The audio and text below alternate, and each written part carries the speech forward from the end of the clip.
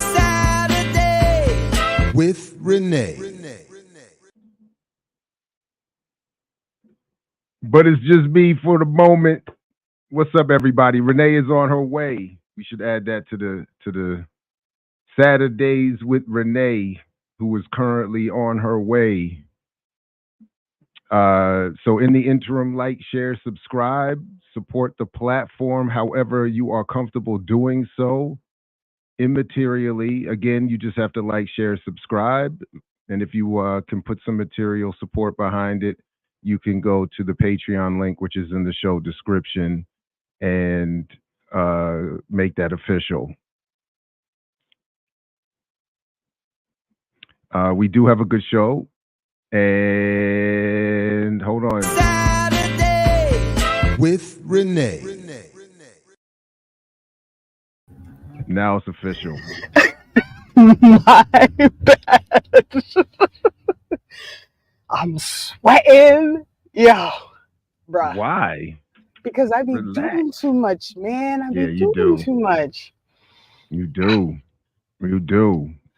The goal. So I know Ori's waiting. So Ori, I'm sorry. If you can bring him in, he's welcome to listen to the drama of my life. Because I all right, well, Dr. Orisanmi Burton back on the platform. Welcome back, brother. Good to see you. Peace. Good to see you. Good to hear you, Renee. Look, he got the balloons going.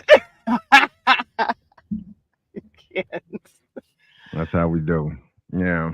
So what's happening? I'm on my way to Patterson because there is a education teaching on Palestine. So my whole goal had been go to Patterson, join from the parking lot, sit in the parking lot, do the show, and then I'll be right on time for the panel that I'm not leading the panel, but it's the panel that I really want to see. So this was the plan until the morning got completely off schedule. So now I'm in the car instead of in the parking lot, but it's not a long drive. So I should be, stable in a little bit, but we'll be good to go because I already sent y'all everything and the run sheets filled as usual. Per usual. Yeah. So how did you, so Renee on the run, also per usual. So how do you all want to proceed? Do we want to act like we haven't talked with Dr. Burton before? Or do you have a set of questions you want to start with?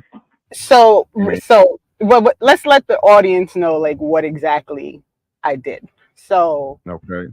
Everyone know, like, you already had Ori on to discuss the book, which fantastic. I've done a reading group on the book, which was also fantastic. But I decided to also torture Dr. Burton with the documentary 26.2 to Life.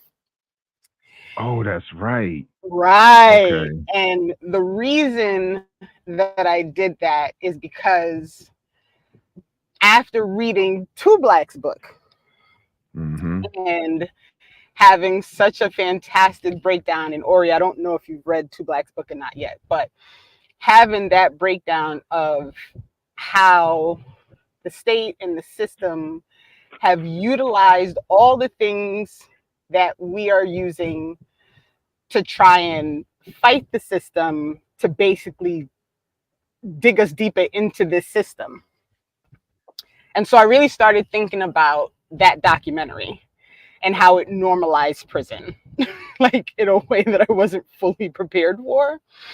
This idea of all of these like organizations and nonprofits and volunteers and all these things that go into a prison to provide these things that, and it's not that providing something for people who are incarcerated to be able to, like, I guess, feel better about themselves, maybe is the only way I can think to put it. It's not that I'm saying that's a bad thing, but this idea that that's what we're doing in a system that is fundamentally fucked. Like, it's just not a good system. And so I am concerned about documentaries like 26.2 to Life that give this appearance of like, oh, look at this cool thing they're doing at a prison. Like, why are we doing that? Like, why are we doing the cool thing at a prison thing? Like, I just think that's bizarre. And so I opted to torture Dr. Burton. I had previously tortured you, Jared. Jared was very angry with me after he watched the documentary. Sorry. And so I I felt wouldn't like, say very angry with you. I was disturbed by the content of the documentary. I'm just showing it here so folks maybe not aware. 26.2 to Life is about running marathons inside of San Quentin prison. And you see all the accolades it's gotten. But yeah, I just wanted to just make sure everybody was clear what we were talking about there. right. So I feel like because Ori's book was such an excellent analysis on actually like the point of what happens in a prison, that it's there to torture people, you know, the understanding that prison is a form of war, that it's, you know, it's trying to end all levels of resistance and like all the things, which is exactly what this documentary is not telling you about, which is why I tortured him with watching it. And the So articles you asked us to read too, they don't yes, say, I mean, none of it, like nothing about any of these things really points to the reality of what prison is.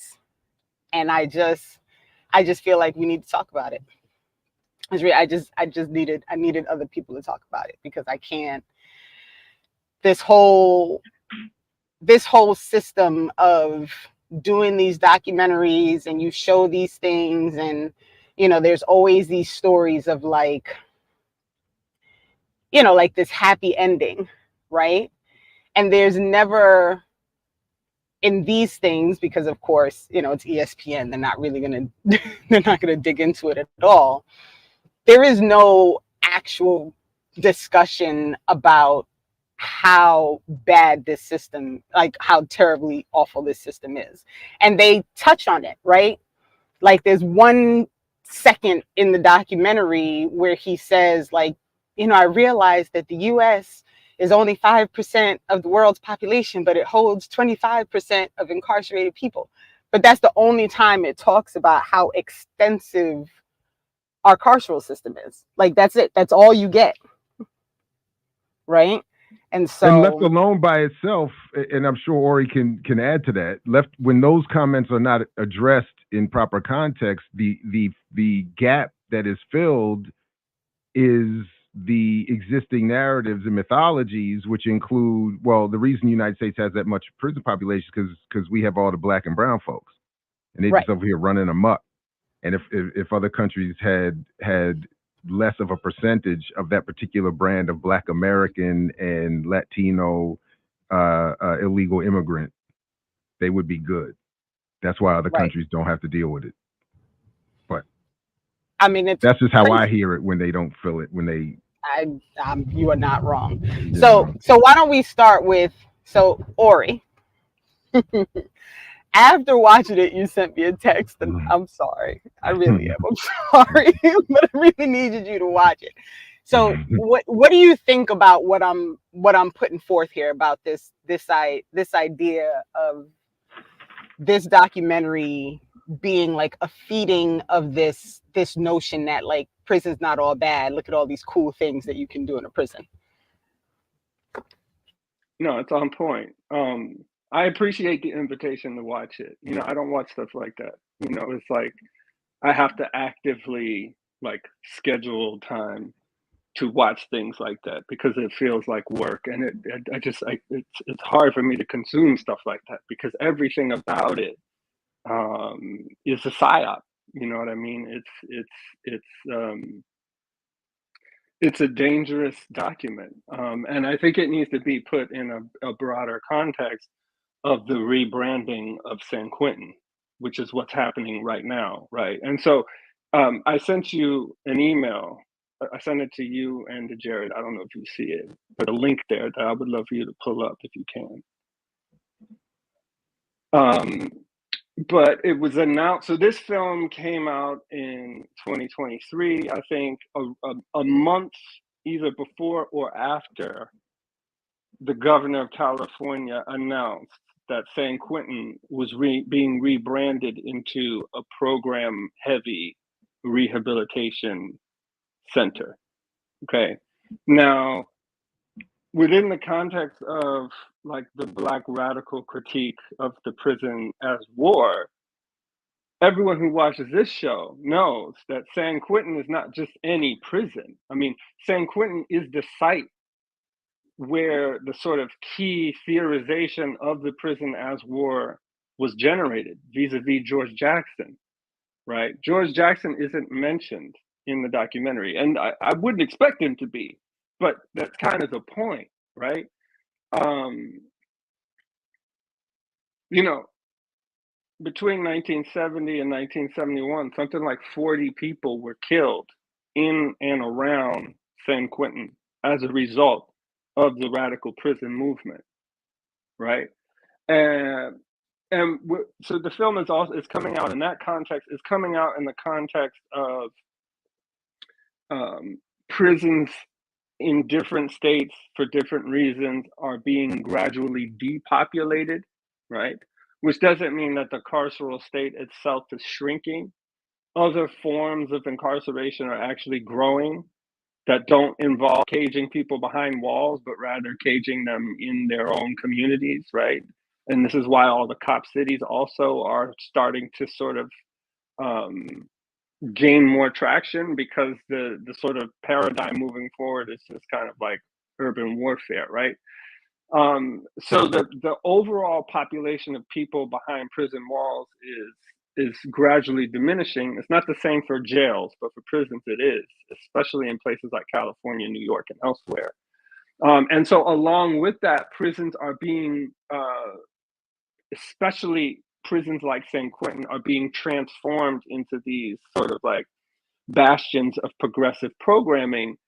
And as I argue in the book, this whole idea is designed to sort of legitimize the prison to populations on both sides of the wall. So to get people on the inside invested in the idea that they can be rehabilitated through carceral programming, and to get people on the outside to see, oh, look, there's this progressive side of the prison system that I can participate in, and it will make me feel good, and it will make those who I provide a service to feel good. So if you can just bring that document back one more time, I wanted to show you something.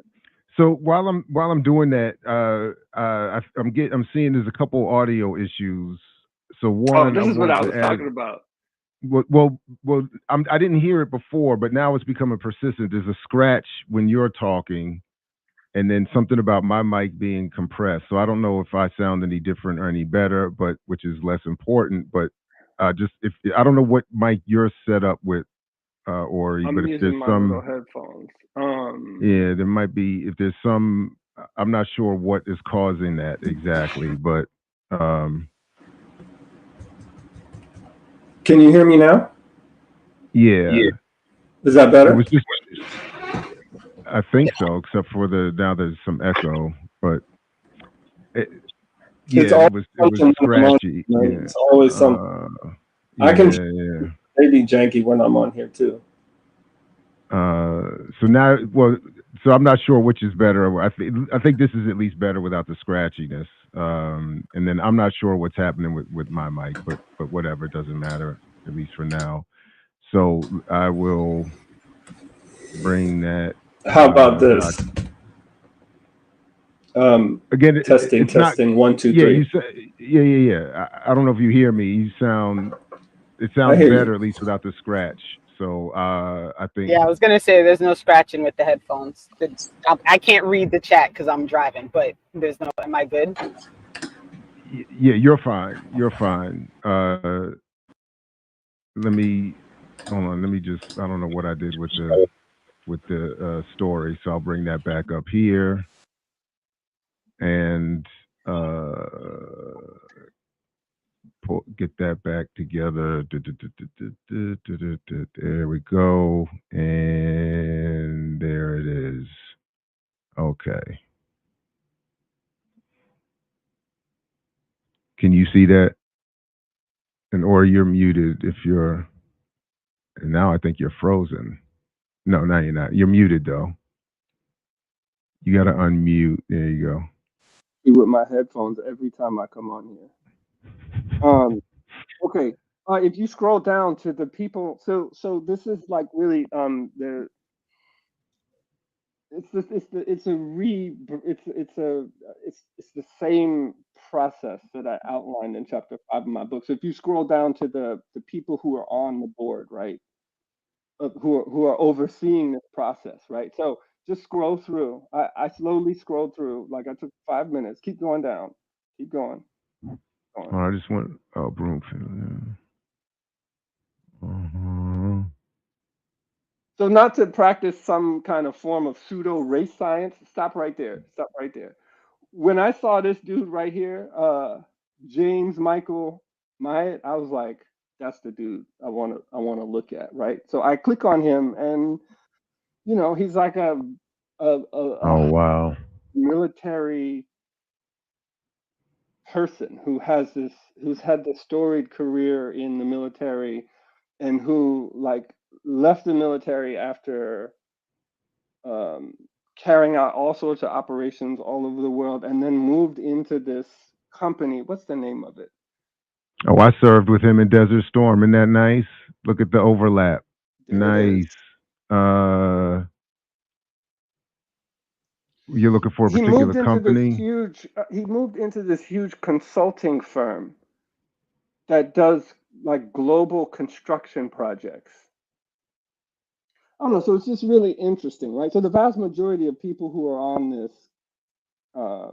sort of board of directors that's overseeing this transformation are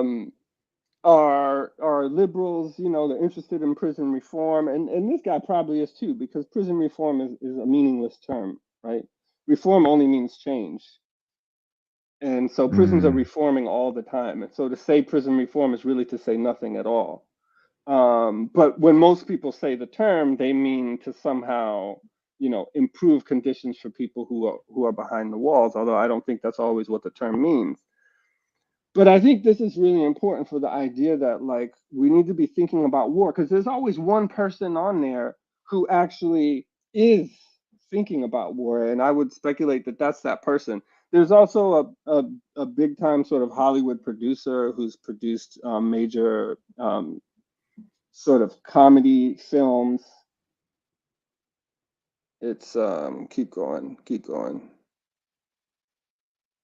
This person to the right, Jody Lewin, she's very high up in the field of prison education nationally. And so this film, I promise, Renee, I'm going to talk about the actual film. But the film, I'm trying to set the context, right? The film's also coming out at a time when Pell Grants have just recently been reintroduced, federal Pell Grants.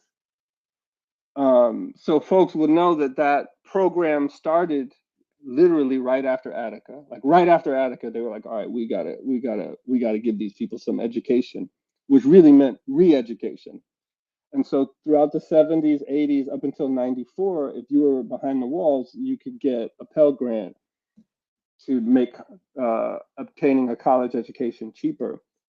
They got rid of it in 1984. It's being reinstituted now. And it's being reinstituted at a time of rising consciousness within prison walls. So if you think about all of the organizing and the national prison strikes and these things that have happened, right, since 2014 and before. And the first prison, I believe, to institute a prison education program using the renewed version of the Pell Grant is, I believe it's Pelican Bay, which is also in California, which is a supermax prison, which was the site of the Pelican Bay hunger strike. A massive political action where members of rival gang factions kind of subordinated their antagonism toward each other and started to understand that, like, you know, our common enemy is the state that's putting us in these cages. So you've got the the person who's responsible for prison education also on this committee. And the first prison education program is being instituted in one of the most politicized prisons. Then you got the rebranding of San Quentin, which is like a national and a global symbol of the radical and revolutionary prison movement. So I think this is really the context that we have to understand this in. So that's sort of what that's how I would set the context. Which is right I've been literally talking for a while, so I'm going to pause. no, but you literally said all the things that I needed you to say so people could understand. And I joke all the time about like being a regular person. And so I needed somebody with the doctor on their name who wrote the book to say it and people understood like this is a legit problem, right? This framing. The first thing I said, and my mother always yells at me for bringing her up, but I can't help it. My mother and I watched this together with my husband.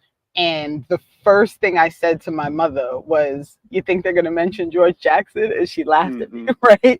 Because that was the first thing I thought of when I saw San Quentin, right? But, I also think very differently.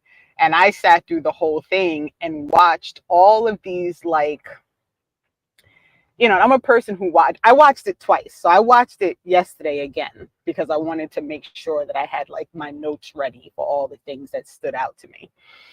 And there are a lot of cues throughout that entire documentary that if you are not a weirdo, like, why are they putting this in the screen person the way I am when I watch these things, you're going to miss them completely. Like they go to the scene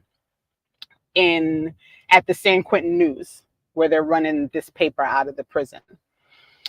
And as they're talking to him, behind him is a bookshelf, and on the bookshelf is an Elon Musk book. Right. And that's at the moment where the brother's bragging about how he's got a consultancy with Amazon, with Jeff Bezos. Right. And so you have to start thinking about why, like, I know why they're doing it, right? Because they want to give you that subtle idea, like, oh wow, even from prison you can work with Amazon, right? Yeah. Instead of, why are you in prison working for Amazon? Right? Like the question is, like, the whole thing is framed wildly, like, I don't even understand how this is happening. They made one mistake though. They made one really big mistake, right? So were it not for this mistake, I would say were it not for this mistake, the film would have zero traces of Black radical history. Zero. I think that was actually the goal, right? But they showed this one brother stack of books, and he had like, I don't know, totally innocuous books on there, but right in the middle of that stack, he had Assata's autobiography, right in the middle of the stack. And I was like, see, there it is right there. They weren't able to, there it is. And I just don't think that they knew what that book was, what it represented. They didn't know to ask questions about it. Like, that's just not what they were looking for. They were trying to tell a totally different story, but it still found its way in there because it's in the prison. That tradition and those politics are in the prison. That's the whole point about all of these programs. It's about the fact that these people behind the walls who have been largely, they've been sort of thrown away by capitalism. They were not effectively incorporated into the system. These people have a tremendous amount of capacity, political capacity, intellectual capacity, labor capacity, and that capacity has to be channeled in a particular kind of way. And if it's not, they will destabilize the system. And that's the lesson of Attica, it's the lesson of San Quentin, it's the lesson of George, and this film is an attempt to sort of like reproduce that and intensify it in our current moment. Do you think they would have made that same mistake if the book was George Jackson? No, absolutely not, because they know. George has a particular significance in the California prison system. From what I understand, you can't get a book in the California prison system legally if it mentions George. So they know to look for George. It's like, okay, that's a non-starter. Asada just slipped in, and I'm telling you, and I wonder if the person whose bunk that was did it on purpose, because it was literally like, I don't know, I would Investing assume so. 101, like something by Eckhart Tolle or something. And then in the middle is Asada, and then it was two other like Oprah book club joints. And it was just right in the middle, right on the bed. It was a beautiful stack. I should have took a screenshot of it. But that to me felt like a victory amid what otherwise was a pretty brutal watch. It was. And I will say, so as you say, like the one mistake, and I'm like, okay. And I'm wondering, like, some of the other things that happened, was that like creative, like, we're going to leave this in so we can make sure that people understand that it's real, right? Like, in the middle of them practicing for their marathon, the alarm goes off and everyone has to sit on the ground, right? And wait until they have clearance to stand up again. And then, so, things like that to remind, like these really small, short reminders, like, yo, they're in prison, right? Like, this is not normal. Like, this is not normal. And one of the things at the end of their marathon, and I think it was one of the Asian dudes who, in this one of the articles, it's clear like he's been released since the documentary came out. But they asked him, like, "Are you happy?" And he was like, "Yeah, I'm happy. I mean, I'm still in prison, but you know what I mean? Like he threw that one note out." And I thought to myself, like these should be the triggers for people to say, like, why are y'all doing this? Right? Like, why did you make the choice to do this documentary? And there's that little catchy thing at the start where she explains. Oh, you mean the people who are inside? No, like the people who did the documentary. Like, I'm trying to understand, is this just part of the greater media, like, propaganda plan of really desensitizing people to how awful prison is, right? No, Or I don't think it's that intentional. No, I think it's just this system works on autopilot. I mean, if you look at the director's name was Christine Yu. She actually starts the movie off, right? For like right. Like she comes in 2 minutes and she says, "Oh my goodness, I had never been in a prison before.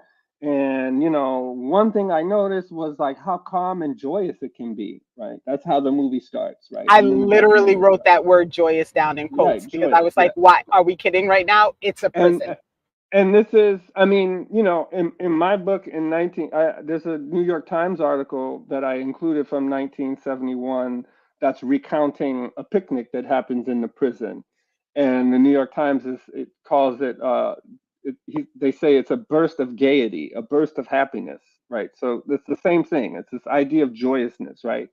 And we know from Saidiya Hartman's work that pleasure and joy and relaxation, these things are weaponized under conditions of slavery and war.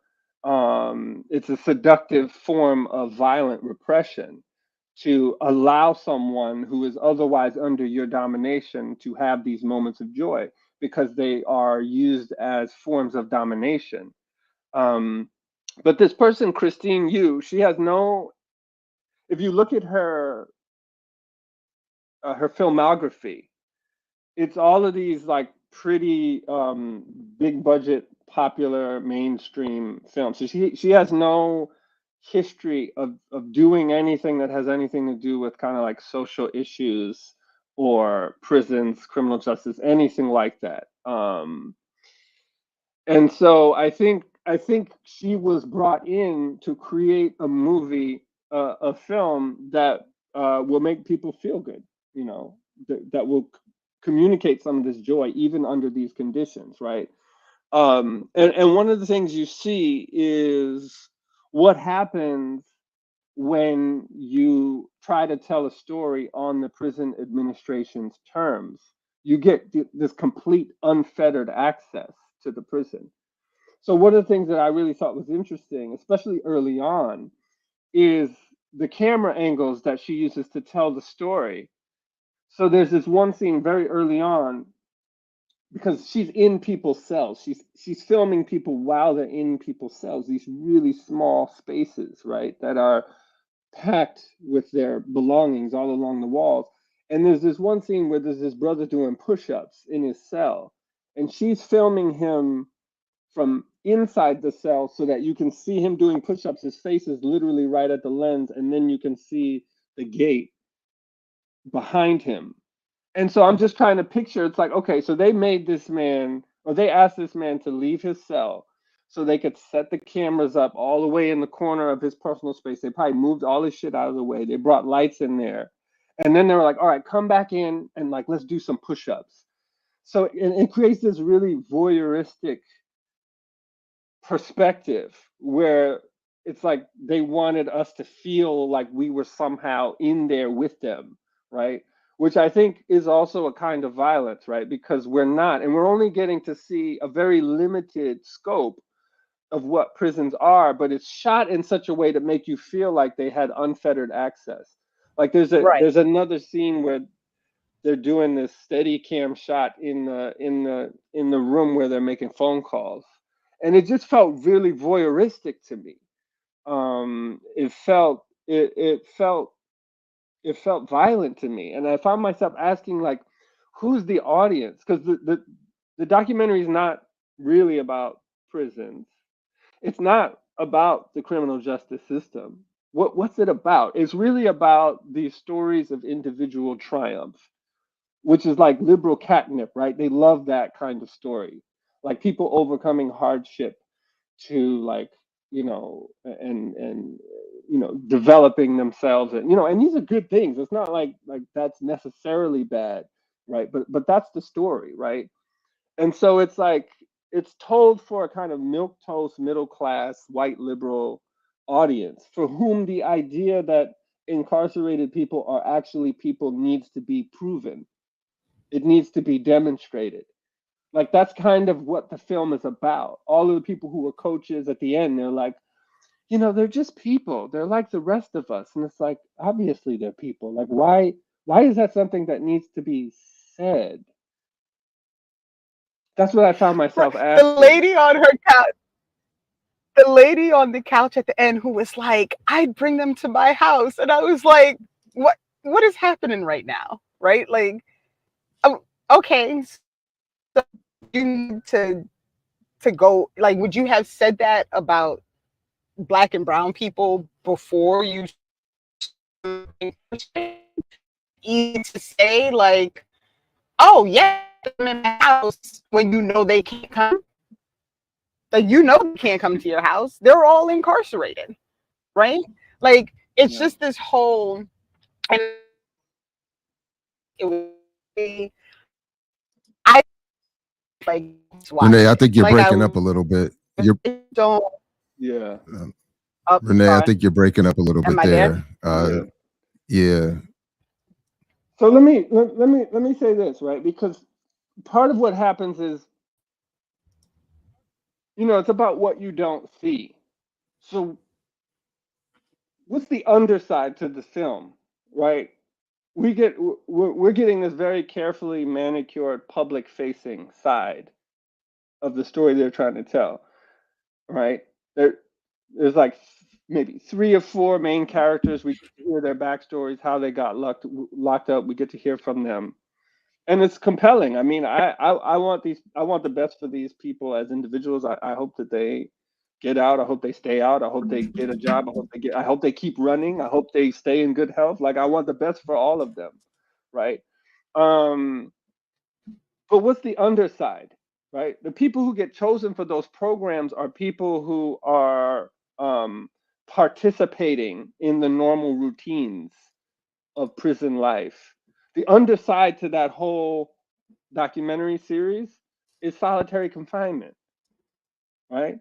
Because what would happen if they were just to say, no, I don't want to be in the documentary. No, I'm not going to be in this program. No, I'm not going to do that. Then they get the punishment side.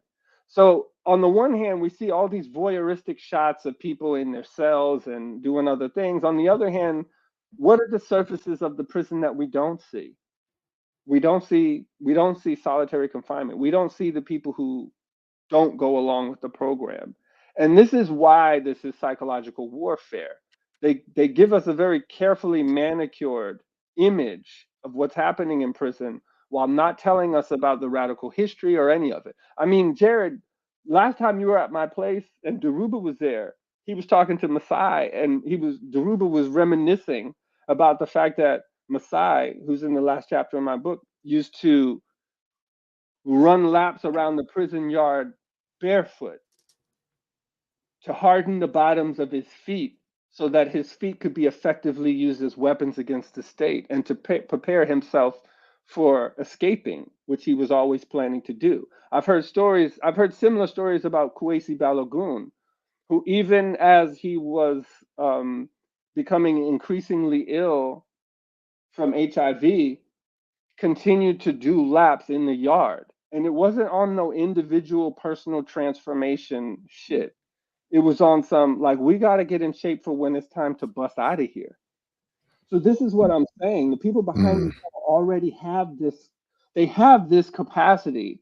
And what the state learned from the George Jackson era was that if they don't do something to channel that capacity constructively in their eyes, that the captives will organize themselves and use it against the state. And so that is the cynical counterinsurgency perspective on prison programs. How do we program the population so that they don't program themselves? And again, this contradiction is no different from the contradiction that we face on the other side of the walls. Like, I be working out, I be running, and it makes me feel good. And sometimes I'm self-critical about the fact that I want to feel good in a system that is genocidal. You know what I'm saying? Like, that same contradiction is there. You know what I'm saying? Because Fanon tells us that, you know, like the colonial regime is the ultimate cause of the mental illnesses. It's the ultimate cause of this distress and all of the sort of the ailments that we're facing in terms of our psyches, right? So we can do these sort of things to mitigate that and make ourselves feel better. But maybe there's something productive in all of us being really, really frustrated and angry to the extent that we actually reach the point to where we're ready to make sacrifices to do something about the structure that's causing our ailments. So it's the same contradiction. It's just a little bit, it's more abstracted out here. Yeah, no doubt. And I mean, there were times I even repurposed in my mind why I thought I was working out or exercising or trying to have some sort of physical fitness. You know, it hasn't quite worked out that way, but we'll see. Yeah. The other thing that was clear to me about the documentary, I mean, and I don't know if I missed this in what was already said, but the documentary, to Renee's point about, I mean, even in the articles, every time I see the word humane or humanizing, I get suspicious. But the documentary was clear to me, and obviously thinking about it in terms of your return to this platform, was that it was meant to rehabilitate the purpose of the prison. Mm-hmm. Your work clearly recontextualizes what any of us should think about the purpose and function and reason for prison. Here, it's given that glossy, well, we have to have one. We have this crazy, violent population. But even here, we're doing, and in one of the articles that Renee had sent us, there was a reference to Mandela saying something, Nelson Mandela saying something about a nation is to be judged by how it treats its least, including its prisoners, and the people who don't go into prisons can't speak about freedom, this, that, and the third. And it's meant to, so in conjunction, it's meant to give this idea that these necessary institutions are really doing the best that they can, in spite of the fact that they're having to serve, so to speak, a population nobody would want to deal with, unless on the occasion, to Renee's point, a white woman says, you know, after all of this, I'd be willing to have somebody over for dinner. You know, then, but again, it's all brought back to these are the prisoners who were clearly, and I can't be mad at them individually, who are saying, I want to get out, and I'm using this to get out. Yep. As opposed to getting put back in solitary confinement or having to serve out the rest of my sentence. And anyone else who would have been running to prepare for an escape attempt just wouldn't be interviewed or wouldn't be considered. So it does a beautiful job of erasing all of those histories and again, the purpose of the prison. So I just wanted to touch on that because, you know, again, and just revisiting to prepare for today. I mean, what you've done here is crazy, remarkable. Yeah, go ahead. You know,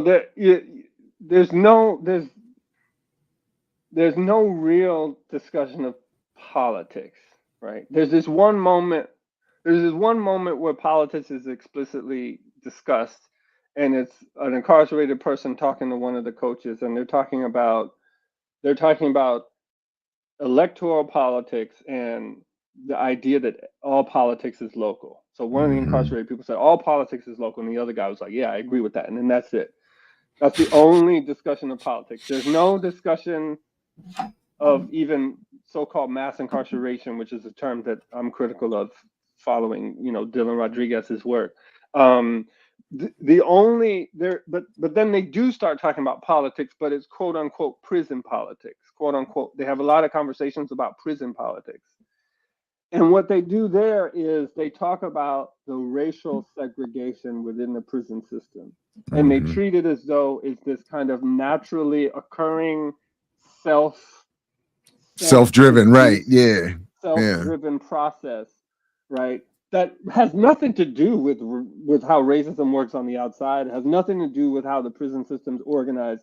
It's something about these people. They're just kind of like, they go to prison, they go into their own racial Bantustans. They mention riots, but it's in the context of interracial race riots within the prisons that is a result of this prison politics. So these programs are presented to us as a solution to the problem of prison politics. Prison politics is actually the problem because it's this racial process, right? And of course, you can only make this argument if you don't read George and if you ignore George, because George talked about how the prison is a microcosm of empire and that the basic strategy is divide and rule and to keep all of the different factions warring against each other so that they don't organize together, settle their quarrel, so to speak, and organize against the state. So this was a particularly offensive part of the story, which was only possible because, again, very few people who are involved in this have any history of doing work around prisons, telling stories around prisons, right? So it's not for people who think about prisons. It's not for people who think about crime. It's for runners. This is a film for people who like to run and who like marathons. And liberal politics and want to feel good about the police and all that they're doing. Marathon runners. Yeah. Who are on the fence about allowing, you know, Black people in their homes. But also, and I'm sorry, y'all, I got to find a better way when I have too many things happening at once. But also this idea of like, it's not so bad, which I'm still struggling with, right? Because that was also one of the initial thoughts that I had in watching this was like, are we really normalizing this? Like, are we really going to make this look like, you know, it's all okay. It's not so bad. Like, you can run a whole marathon and qualify for the Boston Marathon while you're in prison. Like, it's crazy to me, right? And I really and I think that was the thing that struck me the most, was I don't ever want to be a person who looks at anything that is happening behind big old concrete walls where people literally cannot go anywhere. They can't leave, and saying to myself like, well, they got this thing, and that, that makes it a little better. Like, they'll be all right. Cause like, it's just not like you're in prison, and you're in prison in this country, which is, on top of all things, makes it exponentially worse, in my opinion, because they just don't care about you. Like, the system doesn't care. Once you're in there, they will treat you anyway. They will torture you. They will do all kinds of things. And because you were locked behind these huge walls, no one knows. And then they send these cameras in, and then they give this idea that like, oh, well, there's some positive things. Look, they got a paper, they're running, they get to wear their own clothes when they're running. Like, it was wildly bizarre to me. Yeah, and I think that it's important for us to center all of what you just said, to center it around counterinsurgency and counter-revolution, right? So it's not even just that it's about preventing us from understanding how bad it is. It's actually about actively shrinking the capacity for revolutionary struggle among the population that, like, economically would be most likely, politically and economically, that would be most likely to engage in this kind of activity. And so again, when I see all of this, I'm like, look at this huge apparatus that had to be developed to ensure that we don't understand how dangerous we are, where we organized and engaged in struggle at a high level. So I think it does speak to the state's fear of us if we understand how to read against the grain. Yeah. And so what I did, so I rewatched the documentary yesterday. And then last night, I watched it during the day. And then last night, I went back to your book, and I kind of went through all my highlights and underlines, because it's all over the book. I don't think I realized when I was reading it how many notes I took in your book while I was reading your book, until I just went back to kind of like double check myself to see like, like where are the emphasis points that I found while reading this book prior to watching this documentary that kind of match with my whole thesis, my whole theory on how your entire book is a contradiction to the story that this documentary is telling, right? And so on page 15 in your introduction, and I was really happy because I was like, look at that, like right in the intro, I didn't even have to go deep to find something. You say, recognizing that the state seeks to criminalize and incarcerate Black radical knowledge while stabilizing its own legitimacy, I analyze these hostile sources through rebellious and disloyal interpretive paradigm. And you're talking about that whole idea of like what the system is doing to legitimize itself while it is destroying the humanity of people within its own system, right? And I was like, well, damn it, like this is exactly what I'm talking about. Like, this and I know I'm going to keep circling back to this same notion over and over again, like this revisioning of prison as like a correctional thing, right? Like now we're looking at it as this opportunity for people to better themselves. Why do you have to send somebody into a cage to give them an opportunity to better themselves? Why are we not focusing on providing the resources for people so they don't have to do things that put them in the eyes of the system that land them in these cages? Like when the documentary ended, I said to my mother, I was like, how come they didn't go to high schools and do marathon programs?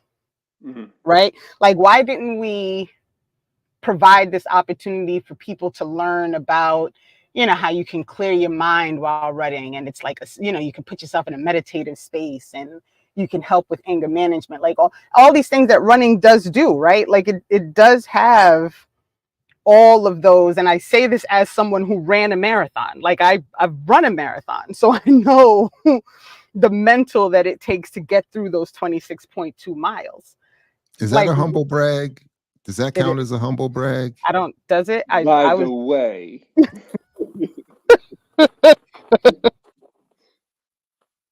No, you earned it. You earned it. I'm just playing. Just wanted to check. I ran a half marathon. I watched video of people crossing the finish line of a marathon. Right. But I mean, Renee, it's crazy. The thing about the analyzing state sources, I mean, this goes back to George too. He talks in Blood in My Eye about how he essentially said, look, I could dismantle the logic of the prison system using its own statistics, but I refuse to do so. He says, I'm not going to make an argument about the prison system using its own statistics. And so in the part you just read in the intro of the book, it's about thinking about, you know, I don't think that scholars of state repression and Black struggle, most of them do not have a sophisticated practice of engaging with state sources. And so I do use state sources, right? I got into a little kerfuffle years ago with a scholar who I made a critique about, and they assumed that I thought that meant that you can't use state sources at all. It's not that, but you know, there's two problems with state sources. Well, there's a couple of problems with them. One of the problems is, you know, especially when we're thinking about counterinsurgency and we're thinking about state actors who are consciously thinking about counterinsurgency, then we have to be very clear about the obvious fact that those people be lying. Like they just straight up lie. Like Frank Kitson, who wrote a book called Low Intensity Operations, he's like, yo, once you become good at counterinsurgency, you have to become devious. So he's like, for everyone who's reading this book, and if you want to be like me and be good at what I do, then you got to be devious. You got to learn how to lie better. They be lying. So that's one reason why we can't take the state sources seriously. The other reason why is because their framework, their philosophy, their mindset, they're most of them they're racist, right? They're sexist. They have bad character. So even when they think they're telling the truth, it's the truth that's refracted through a kind of a distorted worldview. So I think part of when we do in radical scholarship, what we have to think about is because the trap then is to write something that responds to this. I think things like this documentary need to be responded to, but I also think that we can't dedicate all of our energy to responding to the distortions and lies of the state, because then we're still reacting to them and being trapped in our logic. And it detracts from the actual fact that if you think about all this as counter-revolution, that it's the state that's always responding to us. They're trying to change the power relationship and make us always respond to them, but it's them that's always responding to us. And so then how do we create a knowledge and scholarly apparatus that has its own legitimacy? And then we can use the state records to help prove our argument, but it's not the basis of our argument. So that's kind of what that line in the intro was trying, maybe unsuccessfully, to convey.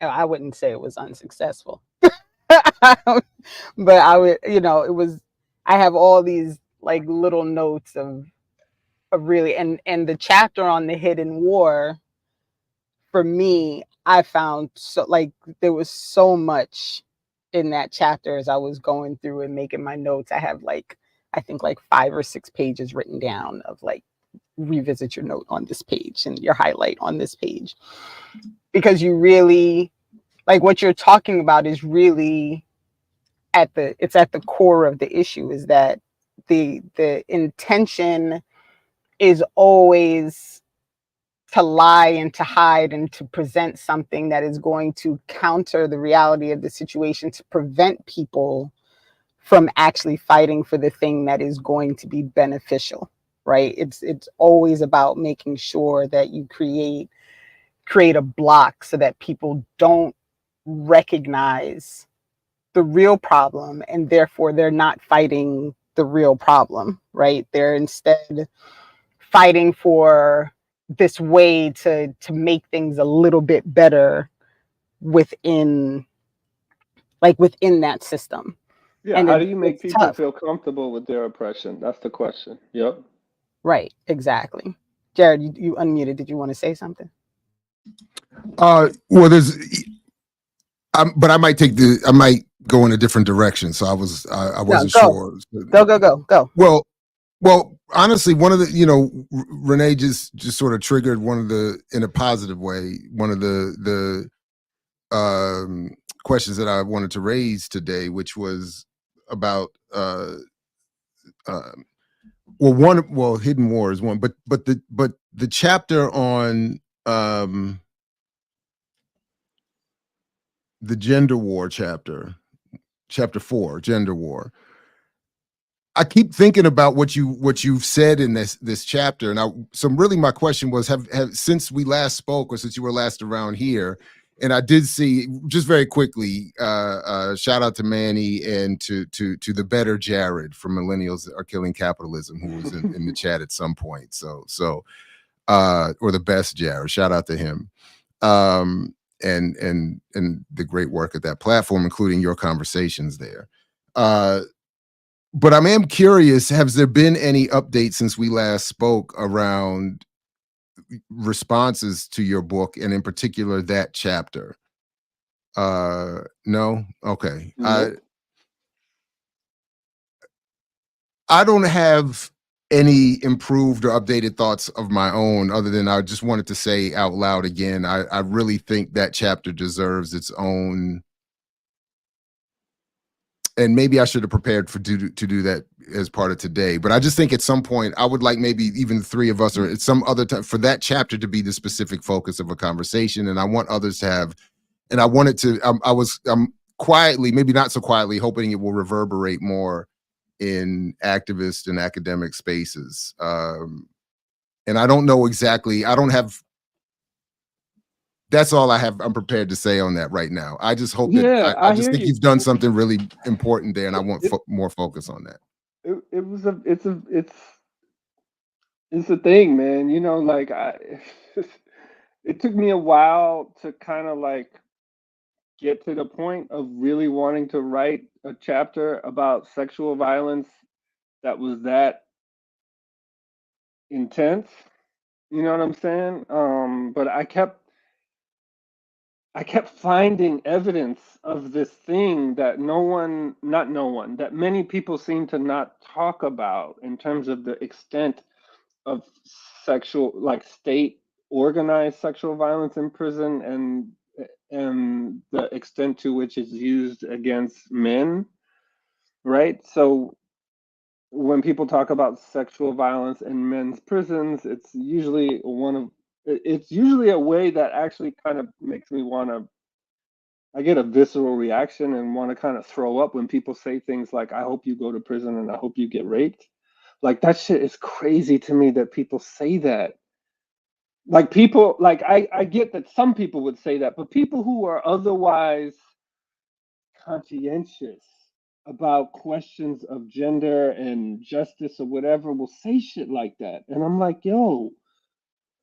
Anyway, so like that, you know, so it was a very tough chapter to write. It's a very difficult chapter to talk about. But I'll tell you what, for people who are paying attention to what's happening in Palestine, it's almost like, oh, like there's not a whole lot more conversation needed, because if you are tapped in to the kinds of sexual violence that's happening against people of all genders in Palestine, including male on male sexual violence, and it's like, oh, this is playing out right before our eyes right now. So I think it's going to take a while for people to deal with. I assume that there'll be, you know, engagements in the future. Many of them will probably be critical. I probably won't respond to them because I'm not trying to say anything bigger than what I've said. You know what I mean? I'm not trying to be a theorist of gender, a theorist of anything. I tried to tell a story that would help people understand the dynamics of war as it relates to the Black liberation struggle, using the prison as a paradigm to do that, hoping that people would study the book, draw lessons from it, and use it in their own work. Like, that's it. The book is done. It's like, so if people want to talk about it, wrestle with it, that's great. And I'm happy to talk about it. But specifically with that chapter, it was a tough thing to write, man. Especially the part about like the visual representation stuff. You know, the media, the way that the media was kind of complicit in sexual violence, castration, dehumanization, all that shit, man. It's weird, you know, and that was the other thing. It was like part of me didn't want to, you know, the book is about war and that chapter is about war, but in some ways it doesn't fit with the rest of the book because all the other chapters are very much about strategy.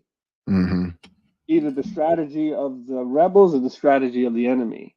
This chapter is about strategy too, but a lot of that shit is beyond rational strategy. It was on some primal, pre-conscious type stuff. And I didn't really want to go into the psyche. Like, I'm not a psychoanalyst or whatever, but it's like all the evidence was right there. And so, well, the people putting it together are clearly focused on it. I mean, it's so if it would seem impossible to avoid at all. So, and just to be clear, I'm not advocating you get into any back and forth with anybody over anything. I just want people, I know. just as you said, I want people to just read and put and distill it through their own work. Yeah. I just want to see more discussion of it because I struggle with it myself. And when I signed it this past, go ahead. Yeah, go ahead. I want to see white people talking about it because I don't know how successful I was, but you know, I don't know how successful I was at this, but I didn't want the chapter just to be about, I didn't want people to finish that chapter and be like, damn, look at how much these people suffered. Like, this is terrible. And of course they're going to do that. Of course they're going to, I mean, that's unavoidable, but that isn't what I hope the intervention is. I hope, well, there's two things I hope. One thing is I hope that people read that and ask the question, damn, what's wrong with white masculinity such that a political rebellion engenders this kind of violent sexual pervosity, right? Because that's really that's kind of the dynamic that I'm trying to show is like, okay, the extent to which like white manhood is premised on the subordination of Black political masculinity. That's one question.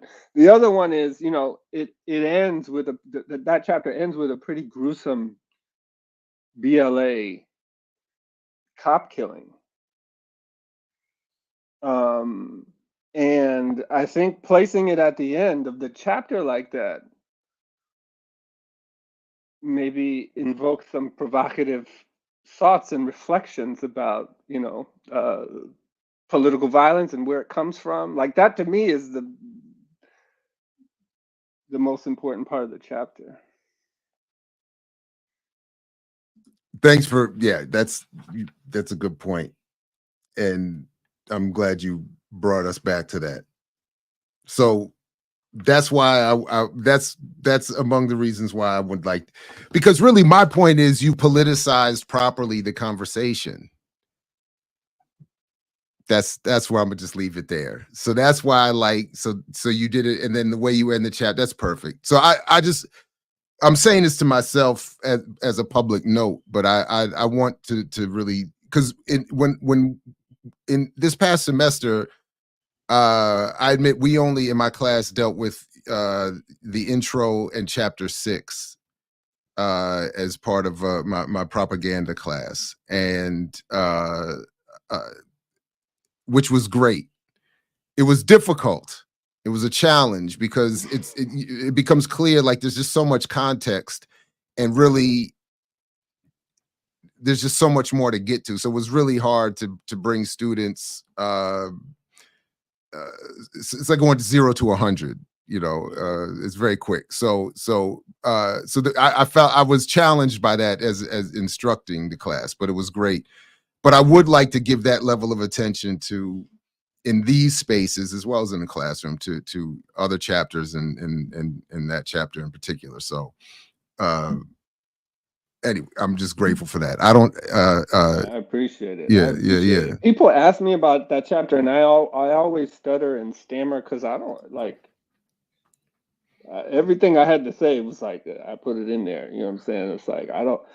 Some of it I was like, I don't know if this makes sense. I don't think it should make sense, and it's a lot, but. And to your point, when I heard Daruba talking to Messiah on the phone, I mean, I did the first thing I thought of was like, I did think of, wow, man, like these guys have really suffered a lot. Yep. And so I know that wasn't, but I couldn't help but think that in that moment, like, damn. Yeah. It was weird to hear his voice and all of that, Messiah, that is, and so shout out to you again for building work on their frame and their analysis and their experience. So unimaginable is the word. Conscience, get it? I get it. Sorry, I had to say that out loud. Renee, did you want to jump back in? Did you have any? What was your next? I should say, not that you have. I mean, there's a lot, and so chapter 4, admittedly, was very hard for me. Yeah. Right, and even when we did the barter and build, and we talked about, I think I almost like cried like during the conversation on that chapter, just because from the outside it's so painful, and as a survivor, like thinking through those things, it's also very, very painful, right? And so when you really think about that part of the torture and how it's utilized, and it's still utilized, right? Like somebody in the chat talked about like their experience, and the chat goes so fast sometimes I miss, I see something and then it's gone. And how like the guards use sexual violence as part of, their day-to-day process, right? And so I'm happy to participate in the conversation to follow up on that. Yeah. And also their sexuality, the guards' sexuality. Like if we think about hegemonic masculinity as being premised on, in large part, breadwinning. I mean, I say this in the book, right? But it bears saying again. And we also think about the fact that these prisons in New York are built in these deindustrialized geographies where the factories where these people would have gotten their employment are closed down. So now the prisons are the only places that they can work. So on the one hand, the guards are using sexual violence to keep the captives under control. But on the other hand, the captives are the commodity that allow the guards to make an earning and therefore understand themselves as men in the traditional sense. So that's what I mean. There's something fundamentally interesting going on about gender homosocial gender relations, because the book would, I think female prison guards started to come in the prison system a couple years after the book's over. So this is all, like I said, totally, kind of male environment. Anyway, I'm sorry to cut you off, but yeah.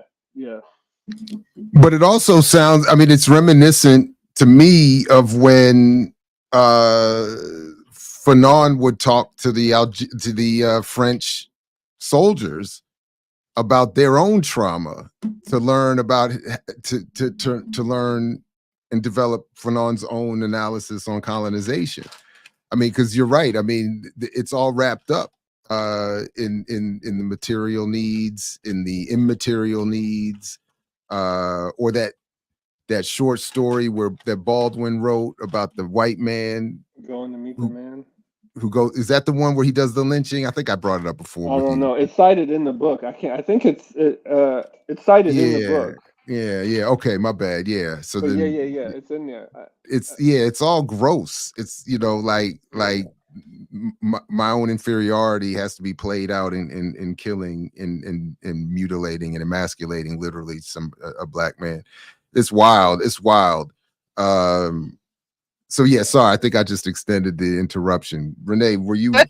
No, we gotta look. I text Jared often after our shows, and I'm like, this always works so well because you talk about all the stuff that like. So I'm glad but you're right. It probably deserves a longer, deeper dive. And I'm happy to do that if Ori's in. I know he's, dragging him on is sometimes I'm here now. I can't promise anything for the future. I was making sure that we, look, I know. So, we'll see,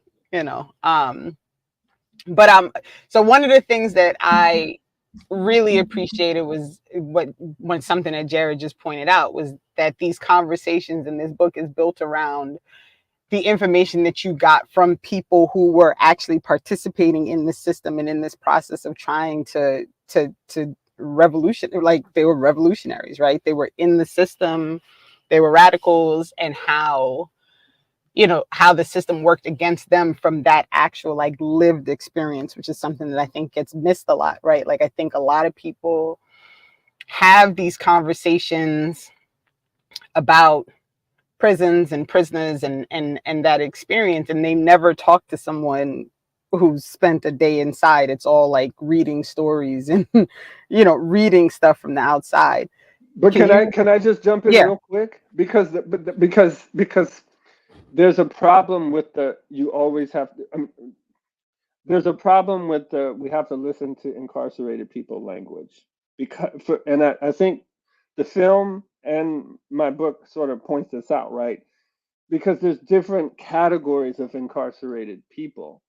And in the wake of Attica, I'm using Attica in the broadest sense, in the wake of the George Jackson era, the prison system, and this is what I talk about in chapter 5, they started to get more strategic around population management and population control, and how to make certain populations visible while hiding others. So if I had written Tip of the Spear with the intent of, okay, we have to listen to incarcerated people, then it would have turned out probably like most of the sort of left liberal books on the prison system. Instead, I said what you just said, Renee, which is, okay, what would it mean to listen to imprisoned revolutionaries specifically? Like really taking that seriously, taking them seriously as a class who are the bearers of certain kinds of knowledge, and who are really the targets. They're really the primary targets of the prison system and its ideological apparatus. So that film is an example of the infrastructure that was developed to keep new George Jacksons from being born, to keep new Dhoruba bin Wahads from being born. Let's program them so that Dhoruba can't get their hands on them and give them some political education, right? So it's not just about listening to incarcerated people, and I know that's not exactly what you were saying, but it's just a narrative that's so dominant that it's because the prison system has become very good at finding specific incarcerated people who are good at rehearsing the narrative on the state's terms, of telling their story of, oh yeah, I came up poor, but I made a mistake, and now I've learned from my mistakes. I'm a better person now. And like, some people have that journey. I'm not trying to diminish that journey. I haven't had that experience, so I don't, you know. But there are other kinds of narratives out there that have a different kind of politics in terms of how they criticize the sort of structure. And those are the specific incarcerated voices that still don't tend to get heard. Right. That's all. Yeah. No, that's exact. That was really what I was getting at. So I'm glad you made that clear about the intentionality of what you did, because in watching, like, I went back and kind of researched all the people who were like the deep dives, right? Like, who they really focus on. And they're all, so those three focuses, like the dude,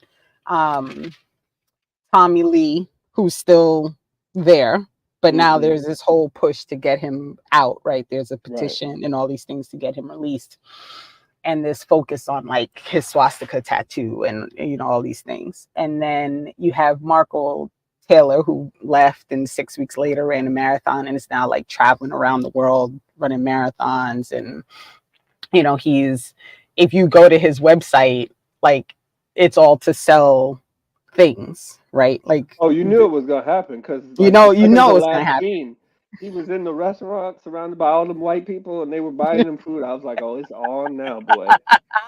It is on now. They Right. found the one to bring home. They sure did. And then the other dude, Rasan, The Elon Musk guy. yes, and now he has his whole like collaboration to do media stuff, right? And more power to him. More power to him all. Right. And I don't want to, success.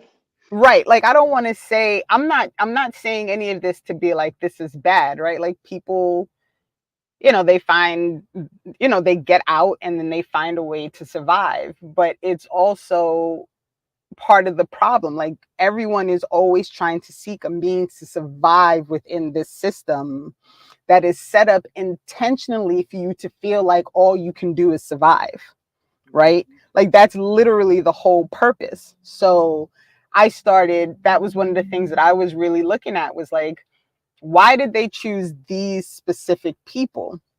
And then as you follow the trail of where they are now, well, you know why they chose these specific people, right? Like, it becomes very, very clear. And, you know, funny enough, the dude, Rowana, who heads up the program, they did like a whole thing because he's since retired. And, you know, I think the couple has taken over to run the program now. There's like these running programs at multiple places around the country. It's like expanded to multiple prisons, which is also very weird to me. But he is former military, which I thought was also interesting as I started really digging into these people. You know, and his claim was like, well, no one else volunteered, so I decided to. And then, you know, there's this way that they couch him throughout the entire documentary as like this really good guy, right? Like, somebody actually says, like, he makes us feel like part of the community. And I'm like, that dude comes in there like 4 or 5 times a month and he watches y'all run in circles, and then he leaves and goes back to his life. So I'm curious, you know, about this like idea of like community. Like, there's just all this weird phrasing and wording of things that I'm like, bruh, you're in like, this is a prison. Why are we doing this? This isn't a prison. But then, as you said, like chapter 5, this idea of the hidden war and all the things that you talk about with how the system utilizes this, right? So you talk about reforms in chapter 5, and of course, it's something that I had highlighted from the first time I read it. And you talk about the reforms and what the plan was. And you say they sought to desegregate the captive population, to distribute it across an expanding and diversifying carceral network, and to foster an environment that was less conducive to rebellion, one where new, quote unquote, rehabilitative programs could take root and flourish with active support from communities on both sides of prison walls. And I was like, well, God, like, I almost cursed. Why? Like, it's exactly what it's like. That is exactly what this Yeah, is. this is it. I mean, this is it. This is it for sure. It's the same. It's the exact same thing. And this is what's so fascinating. It's like the state really has no new strategies. I, I have still not found one. I mean, there's new technologies and new gadgets. There's new language, but the sort of strategies of repression and movement capture are the same as they've been for at least 70 years, I think. You know, they're just reset, but it works, right? It works.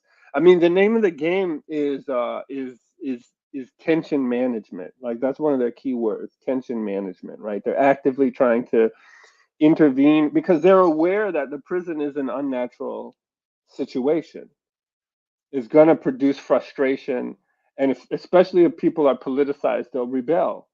So after Attica, the whole conversation was around, okay, let's figure out all of these different mechanisms to alleviate and relieve tensions within the system, to keep things stable.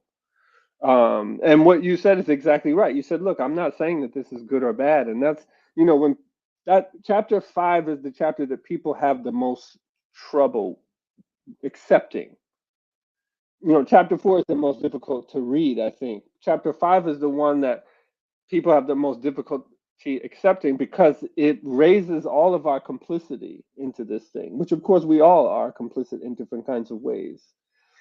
But what they ultimately want me to say, so I get questions and people tell me all about their prison education program and all the great work they're doing.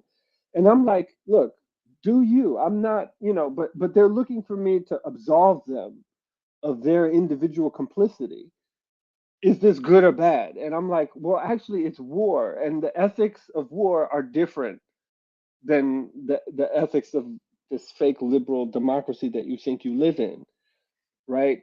Under counterinsurgency, what's good is that which produces order and stability. What's bad is that which produces disorder and instability, right? Those are the only ethics they're thinking about. So maybe under the counterinsurgent reform, you actually can get a little bit of what you want, and that actually improves your life. So from an individual or familial perspective, you can say, look, this was good for me. This reform was good for me. This marathon program was good for me. But then if you zoom out and look at it on the macro level, oh, well, this is making the prison itself more stable. And the prison is a way to absorb surplus population to prevent Black radical and revolutionary organizing that could create a crisis situation and is trying to redistribute wealth so that we're not all in a like. So it's like it depends on how you look at it. It's neither bad nor good. That's why we have to think about contradiction. That's why I started the chapter with contradiction. I think that's a more effective way to think about what we're up against in this instance than the question of bad or good, which I know is a question that you weren't asking. You said the exact right thing, which is I'm not looking at it this way. I think the proper way to think about it is through contradiction. Yeah. And Jared, I don't know if you can see the highlight, but this conversation, yes, and I do know that this is what they're doing in St. Louis, right? And so just so Driptomaniac says, our prisons today lack robust radical mindsets, of course, on purpose. One thing I do is try to provide incarcerated people with revolutionary resources. It's harder since books aren't allowed anymore. And then they also say the Black power, Black liberation, radical revolutionary spaces do not organize with imprisoned organizers the way that is necessary. I've been saying this. And they have been saying this. Right on. Thank you. They have been. But that's also intentional, right? Like that's also because they don't want this type of organizing to be happening within prison walls, right? And so I always wonder about, and it's a similar wonder that I have to like politics and electoral politics. Like, can you sneak somebody in there under the guise of one purpose, but then they do something completely different, right? Like, can you be a nonprofit that goes in pretending like, you know, you're just doing a GED program, but then you get there and you instead of, you know, whatever, tutoring stuff about the GED, like there's no way to That's what sneak you that have to in, is do. there? That's Is what you there a, have to do. yeah. I That's mean, what is people that been doing. possible? Is it possible? Of course, it's possible. Okay. Look at all the things we've made possible historically. I mean, what you're talking. I mean, this is the nature of war. I mean, yeah, it has to be possible. I mean, anybody who's got radical politics and who teaches in. I mean, you work with the public school system. I hope that's what you're doing. Like, Oh, otherwise, I mean, 100%. But well, then it hasn't gone that's that what it well for me, is. as That's what Jared it is. knows on the sneak. It hasn't gone well. But yeah, I mean, you're right. That's what it is. That's what we do. That's our obligation. That's our responsibility. And that's what I tell people who raise their hand and they're like, well, I do a prison education program. Does that mean I'm a bad person? And I'm like, look, the issue here is that the state has a longer institutional memory and they remember why these programs were instituted. They were instituted to displace our own already existing revolutionary programs. And they created an infrastructure to allow education to happen on their terms. And now it's a couple generations later, and now people are just going along with the status quo, not understanding again that this is a context of protracted war. And so once you really internalize the war paradigm, then you understand that what you just said, Renee, that's an obligation to think about how to engage in underground politics, underground forms of organization, because the state's always going to try to co-opt our above ground infrastructures. And I think, this is one of the macro points of the book. The state's responding to us, but we often forget that, right? That we're actually powerful agents of history that the state is constantly trying to respond to. And what they want us to do is to always be responding back to them on their own terms so that they can control the conversation. Does anybody know if I haven't been in touch in a while? Is the Friend of a Friend prison program still running? Is Dominique Stevenson still involved with that? That was the only time I was involved with any of these kinds of inside the wall educational programs. And it was sort of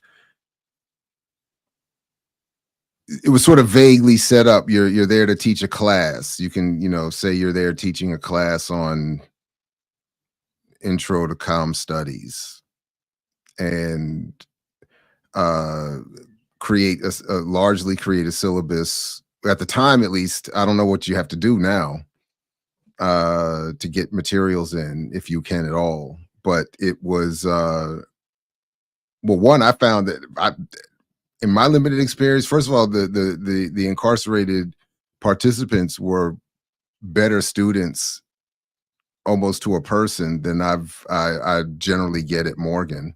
Oh, of course. Far more well-read and desirous of reading, and had read a lot of what at least in terms of the authors of what I had wanted to cover. And in some cases more than I had. So yeah, it was, and I remember Angela Davis saying something about a class that she led where it ends up that they're teaching you. Yeah. And I felt like when I heard her say that, I was like, man, that's some cliche. She just talking some bull. But that's exactly what I felt. But yeah, it gets sticky too, because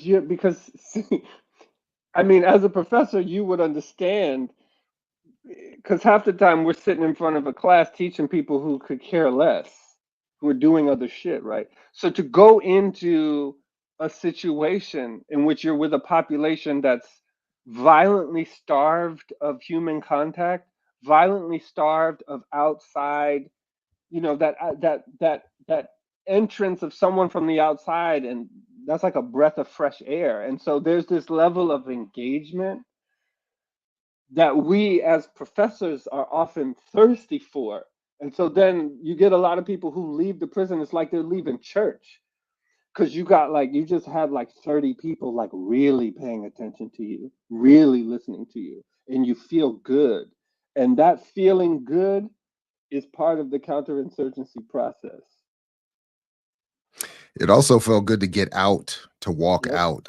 It was, I can't lie. I have always felt, I'm embarrassed at how difficult it is for me psychologically to go through the process of going in there. It's just terrible.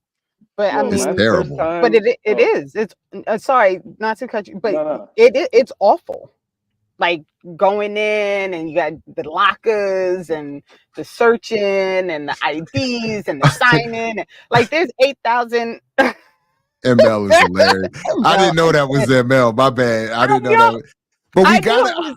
I knew I it was didn't ML, know. but I didn't Listen, want to, you know, I But don't if know I if don't know people who want it to be is, I'm That's a saying default pronoun. It's a good default pronoun. it is. If I don't know you and I don't know exactly what you, it is. But So I my also bad, don't ML. know that I people didn't know want that to was be you. identified. I don't know that, you know, if you got the slick name going on the chat, ML, I don't want you, you know, listen, you might not want people to know it was you.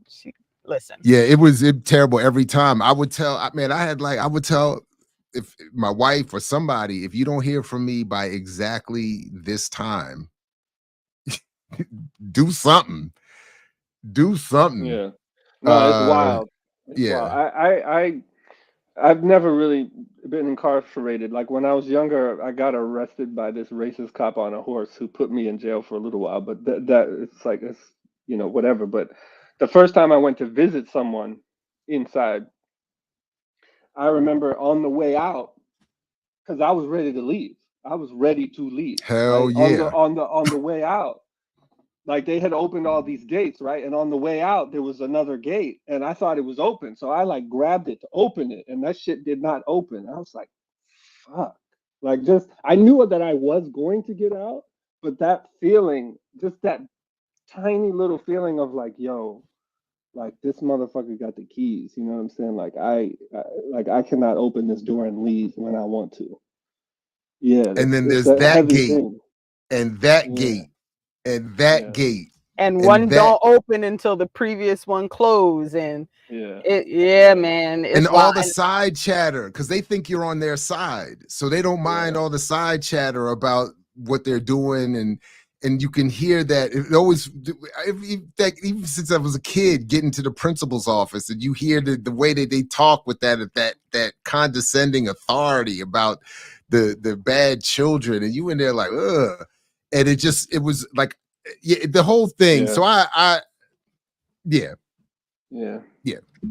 It's the wild. sounds, exactly. Yeah, The sounds. listen, Oh and so man. it seems I don't. So I'm not clear on you, Jared, but I've definitely, unfortunately, spent more time in there than Ori did. It wasn't a very long time, but it was long enough for me to know after these almost 24 hours, I ain't never doing this shit. Like I am never, ever, ever spending the night behind bars again, because it is. No, I think the longest for me was like 36 hours or something like that. All right, so you got me beat. You got me beat by about 14, 16 hours. But and there was another time where wasn't not quite that long, and I wasn't actually in a cell. I was handcuffed to a desk, but for a very long time, which wasn't. So anyway, it's not. And all I'm saying is that, like you said, that was it is traumatized. The whole thing is terrifying and traumatizing.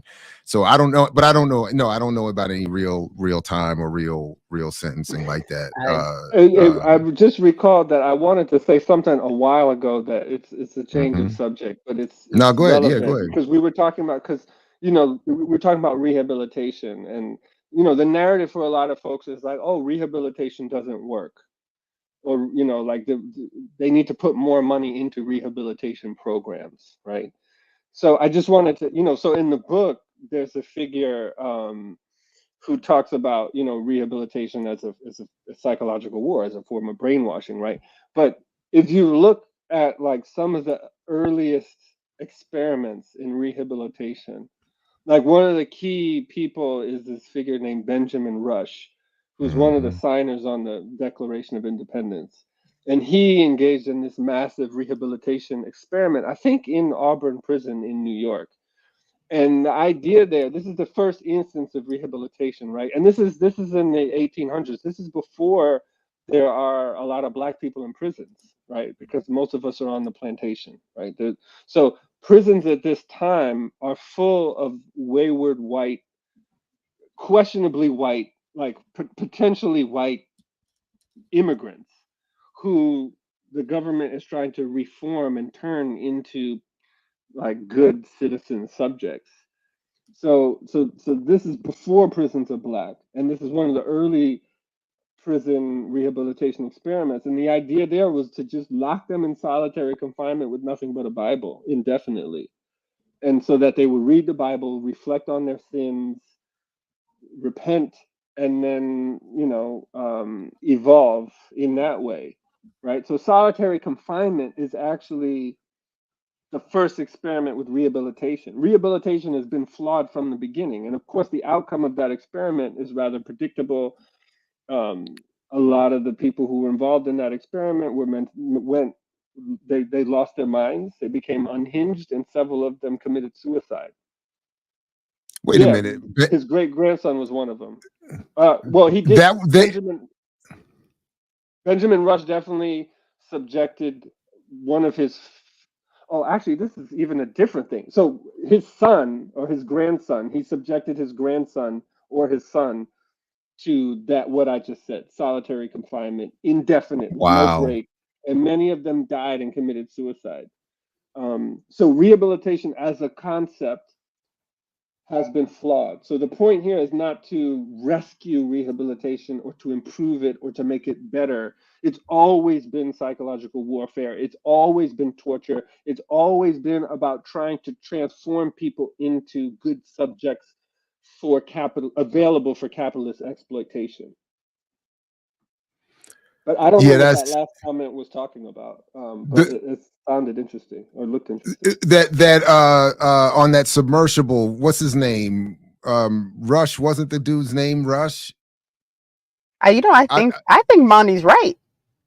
That he was the dude that went down in that submersible last year. Yes. That he was a descendant of Benjamin Rush. That would be poetically I love it appropriate. And Rush, because also he referred to Black and Indigenous people as diseased too. He was a mess. He was just a mess. So rehabilitation as a concept needs to be abandoned. It's not something that needs to be tinkered with or fixed. Yeah, I agree. Well, they can't talk about, I mean, in the context of what you've written here, in just what you've written, never mind anyone else. The prisons, rehabilitation is not what they're talking. Rehabilitate you, as you say, to make a good citizen in that regard, but not to be a fully functioning human being who's free and liberated. No, they've never really took that seriously. And I mean, there's 4 core, like, part of what the book is trying to do is to take prisons out of the criminal justice framework. I think the criminal justice framework is actually a mystification. We really need to put it in the war frame. I think war explains more about what prisons are, what they do in their history than criminal justice does. But even if we keep prisons in the criminal justice framework, it doesn't make sense. This is what George was saying. Like, I could dismantle this on the basis of their stats, but I'm not going to do that. I'm going to do this. But the 4 core functions of the prison, according to criminal justice, I always forget one of them: rehabilitation, incapacitation, retribution, and deterrence, general deterrence. Okay. Rehabilitation, punishment, and incapacitation are internally contradictory. In other words, in order to rehabilitate someone, they have to have the freedom to demonstrate that they can do the things that good citizens are supposed to do. But if they're incapacitated, they don't have that freedom. So the thing that the prison says it does, it can't even do, and never has been able to do that. And everyone who knows anything about prisons knows that already. You can't walk into a prison and think that anything positive is happening in there. I mean, you just honest, Renee, you're right. I just had one last topic, but I don't want to switch us if we're not ready to switch. No, go ahead. All right. So this was the last thing that stood out. Well, not the last thing. There's many, but this is the last thing that's on my list of make sure you bring this up.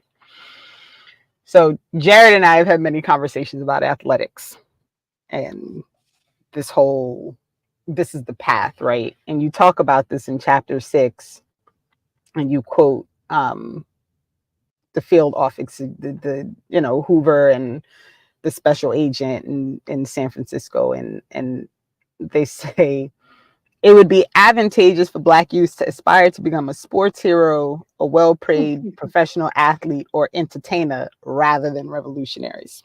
Yep. And so this is a conversation, that we've had in multiple spaces. And as a person who works in a high school, I do invest a great deal of time with students who are interested in pursuing sports as a means to get their college education for free, all of those things. And so I understand that path probably more than most people. But I did think it was very, very interesting, both, this discussion in the book and also how it works within this documentary. This brother who ends up running marathons around the world, who explains as part of his backstory that he ended up in prison because he got a full scholarship and he didn't understand the value of what he was getting with that scholarship, and he dropped out, and how that eventually led to him being in this place. And for me, I was like, whew, y'all really just like deeply rooted this idea that there are two paths for Black boys, right? Like you can go to prison or you can be an athlete. Like those are your Either you're selling crack rock or you got a wicked jump shot. Right. And like it's so hard for me as someone who works in schools, who has worked with student athletes, I mean, I get it. I get that path of scholarship via athletics. And for me, what I often try to do, it does not work a lot, but what I really try to do is emphasize, don't make athletics your goal for a profession. Make athletics your path for how you get your education so that you can move on and do something else, right? It'll allow you to finish your education without going deep into debt.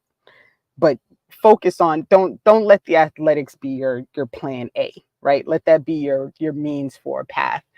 But it's a hard conversation because this is the sell, right? The sell is go be an athlete, go be an entertainer, go be, you know what I mean? It's never, ever go be a physicist, right? Like that's never the sell. So I was just curious about like your thoughts on that, if it was something that stood out to you as you were watching, or like, obviously it's part of your book. Like, was that something that was kind of really playing in your mind, as you were writing and as you were watching this thing? Yeah, all this shit was playing in my mind. It's hard too because like you could be a professional video game player now too. Like them people make crazy money, right? So I can't even say to my son, "Yo, stop playing games because you need to be doing this." He could be like, "Man, please, I'm gonna be a pro gamer." Tell him to train. Right, right. Come on, get on that do game. some exercises and Look, and don't watch that documentary on Gran Turismo and how the kid who was playing the video games ended up. We watched that. That was real too. It's a real story, man. Yes. God. I can see, Jared, that you're I think I gotta Google some things. I always thought was mad boring personally, but now I understand that the whole thing about the game is that it's crazy accurate. So it's accurate. Yes. At some point, they had this publicity stunt to get people who are really good at playing the game to actually transition into pro racing. And like some people were successful at that, and they made a movie about it. Anyway. Oh, well, I mean, I know that. I mean, the Pentagon used to use game stats to recruit for drones. So yeah, I'm not surprised, but I didn't know that. Modern warfare shit is wild. The what's it called? What's that game called? That shooting game? Shoot, which one? I don't even Isn't there know. a whole Call of bunch Duty. Call of Duty. Call of Oh, Duty. yes, I yes. tried it. It's too violent. That shit is too violent. I had to go back to FIFA. I was like, I can't play this shit. Yeah, yeah. No, I think what is interesting about your question, and that quote specifically, right? That was the special agent in charge of the San Francisco field office writing to Hoover in 1968. So he's talking about, what the other Mac Jared, did a whole show about, which is the generational approach to counterinsurgency, right? So they're not just focused on revolutionaries now, they're focused on future generations and what they will be thinking about, what their aspirations will be. So that's what that memo is really about, because he's talking about youth. And again, if we look at all the COINTELPRO documents, there's a real emphasis on youth. They're thinking transgenerationally, right?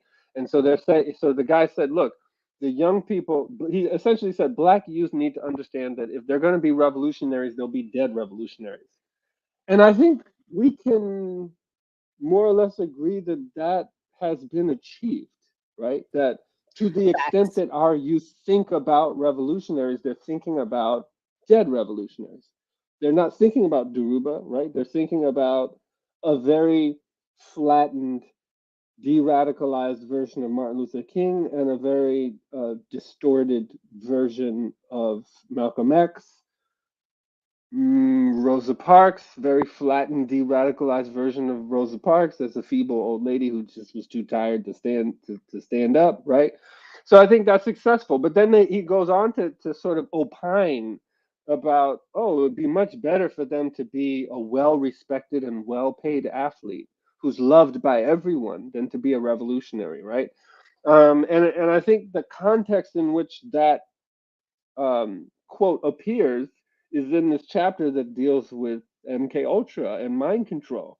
And so part of what I'm trying to do in the chapter is, that chapter starts out with really explicit, grotesque, maybe shocking forms of biomedical experimentation on Black revolutionaries that is officially terminated in around 1974. COINTELPRO is officially terminated in 1971, although actually if you read the text of the termination of COINTELPRO, it says that all counterintelligence operations will be suspended except in extreme circumstances or something like that, right? So they never actually end these programs. They just morph and change. And so that's what I was trying to show. And so I suppose the question would be like, because one of the things that's interesting about thinking about war is that war deals very much with intentionality, right? There's these two opposing forces that are employing strategy to try to subdue the other side. And I think that thinking about war goes against the dominant way of engaging in sort of political theory and thinking about history, which is primarily around, it's this idea that things are the way they are because of these accumulated disadvantages, these systems that are in place that have taken on a life of their own. And people are less inclined to think about, no, there are actually these organized groups who are administering these things. So a more conspiratorial approach, right? And so I think putting that quote in the context of this MK Ultra discussion invites us to think about the extent to which the condition that we're all talking about, this idea that all youth that it feels like so many of our youth can only imagine themselves as celebrity, either athletes or rappers. To what extent is that the result of some intentional process? And I don't have an answer to the question, but I'm hoping that the way it was laid out invites us to really ask that question. Because I do think that there are powerful forces that are thinking intentionally about these things, about how to manage these things, about how to manage our perception. And if we don't take them seriously, if we don't take them at their word, then we've already lost. Right. Zero chance is by accident. I don't think it's all intentional. I think, but yeah. But yeah. It's just, I think it's all intentional. I mean, I have a hard time really like thinking that any of, I think maybe even the things that they do, like quote unquote by mistake, are things that they started out like with this intention and just had a better it had a better effect than they actually intended for it to have. Like So I'm with you, and listen, I taught a class on conspiracy theories. I told you this, Jared. I think that was last semester. I'm into it. I'm down, and this is what we're talking. This is what's at the core of a lot of conspiracy theorizing. It's the question of intention. I'm with it, right? And I think we should be thinking about them. I think we should be taking them seriously. All conspiracy theories are not equal. Most of the time, when people talk about conspiracy theories, they're talking about grand conspiracy theories where there's this one group that has an impossible amount of internal solidarity that's sort of managing everything. And I think that is actually a straw man argument, because the lowest common denominator for a conspiracy is two or more people collaborating on an illicit act. So conspiracies happen all the time, but there's also counter conspiracies, people responding to conspirators, right? And so the sort of the pathology of conspiracy theorizing comes into play when we think that those who conspire against us are always successful and aren't forced to respond to our counter conspiracies. So there might be a level of intention in all of these things, but just because the intention is there doesn't mean that they have the political capacity or will to realize their desires in the face of our opposition, which is always there, even though it's not always as organized as we would want. But it's also important to understand that the biggest conspiracy theorists in the world are state actors. The state is the biggest conspiracy theorist, right? So even if you go back and read like Niccolo Machiavelli, who wrote a book called Discourses on Livy, he has a whole chapter called Of Conspiracies. And he says that anyone who's going to rule an empire has to constantly be thinking about conspiracies. Why? Because they know that their empire is based on the oppression of the masses, and that the masses are going to try to organize against them. And so they have to look for conspiracies everywhere and root them out before they happen. So the state's the biggest conspiracy theorist. I guess I just wanted to go on a conspiracy theory rant, but I think it's connected to this idea of intentionality here. 100%. You're right. You're right. And we're gonna run out of time. We got to start. I know we got to go, because then it would be a conspiracy as to what happened to Jared when he messed up Warrior Class's time. And Easy D and Yipper, who are asking about my variations of incarceration. I'll save that. I've told some of it already, but I feel like we should do a whole Patreon thing where all of us who have been arrested get just do a whole, let's share our story. You know what, I'm down. I'll do that. Yeah, I mean, to Ori's point, I was conspiring. I just was caught. I just wasn't good at it, and I got out conspired by the real conspirators. So that's why I was not. And I was not, but similar to Ori, I drove past the wrong cop, and so in the wrong car.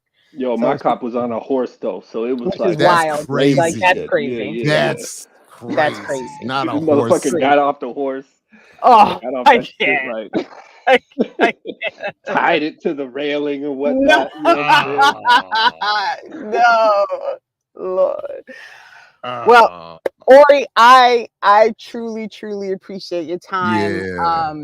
This was the exact conversation that I was hoping for. I'm sorry for my snafu mid show with driving. I'm very excited about this teaching on Palestine I'm about to walk into. And I appreciate the conversation. I really do recommend folks, if you have not read Tip of the Spear, Black Radicalism, Prison Repression, and the Long Attica Revolt by Dr. Burton, I suggest you go out right now, go get it. Make sure you have your highlighter and your pen ready as you read so that you can keep notes of all the things. But I appreciate your time. I really do. Thank you very much. Oh, my pleasure. This was a lot of fun, and I enjoy what you all do so much. So Much appreciation. No, thank you very much for coming through. And I just realized I didn't invite anybody, but Ori, if you got nothing better to do, you could in a couple of hours run up the street and hang out at my daughter's graduation party. I got to have a couple friends around here to talk to. I'm DJing. I'm DJing. DJing for the kids. Playing the oldies. Oh no, no! I've been given a playlist to work from. Please, I'm not to be trusted with the music. I'm just here to push, just drive people around and push buttons. That's all. You start the grill. That's it. Not like us on the playlist. Not like us. Is that on the playlist? That is on the playlist. All right, it is on the playlist. Yeah, I even made sure that was on the playlist. It was like, yeah. So if you got nothing to do, come on through. Congrats to your daughter. That was yeah. Sure. And Renee, you could be here. It don't start till 4. You can make it. Get in the car. No, I'm just. But listen, everybody, please like, share, subscribe, support the Patreon. Make sure you get hydrated and stretched for Warrior class coming up in a few minutes. And peace if you're willing to fight for it, as I know Dr. Orisanmi Burton is, as I know Renee is, as I know the remixers are. And we will see you next time right here, same place for more Saturday with Renee.